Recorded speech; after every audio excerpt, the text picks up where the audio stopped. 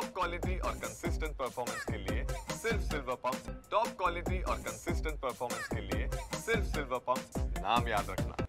ईदच्या पार्श्वभूमीवर नागपुरात हिंसाचार घडलेल्या भागामध्ये आज चोख पोलीस सुरक्षा तैनात करण्यात आलेली आहे। मी सध्या आहे महाल परिसरातील छत्रपती शिवाजी महाराज चौकामध्ये। आपण हे दृश्य या ठिकाणी बघू शकतो।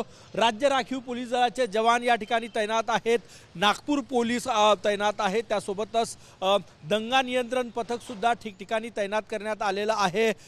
याच परिसरामध्ये म्हणजे नागपुरातली महाल परिसर असो, हंसापुरी असो, चिटणीस पार्क चौक या परिसरामध्ये, भालदारपुरा या परिसरामध्ये हिंसाचार घडला होता। त्यामुळेच आज ईदच्या पार्श्वभूमीवर संभाव्य गर्दी लक्षात घेता चोख सुरक्षा व्यवस्था जी आहे ती या ठिकाणी तैनात करण्यात आलेली आहे।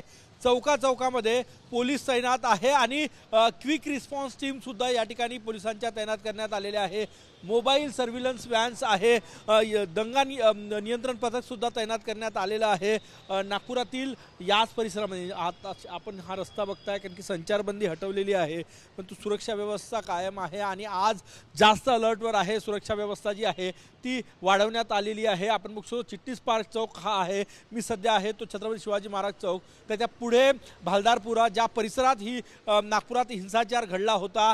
त्यानंतर 6 दिवस संचारबंदी वेगळ्या भागात लागू करण्यात आली होती। संचारबंदी उठवल्यानंतर ही सुरक्षा कायम आहे आणि आज ईदच्या पार्श्वभूमीवर ही सुरक्षा जी आहे ती वाढवण्यात आलेली आहे। ईदचं नमाज पठण करण्यासाठी मोठ्या प्रमाणात या मस्जिदींमध्ये गर्दी होणार आहे आणि त्यामुळे या सगळ्या पार्श्वभूमीवर आज पोलीस यंत्रणा सज्ज आहे।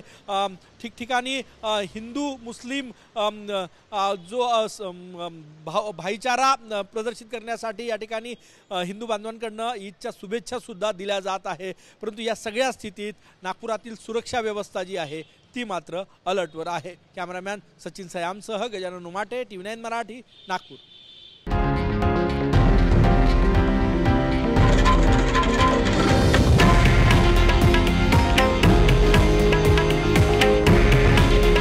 हे आहे देशातील नंबर 1 न्यूज नेटवर्क आणि आपण पाहत आहात TV9 मराठी। काळजी तुमची, हित महाराष्ट्राचं।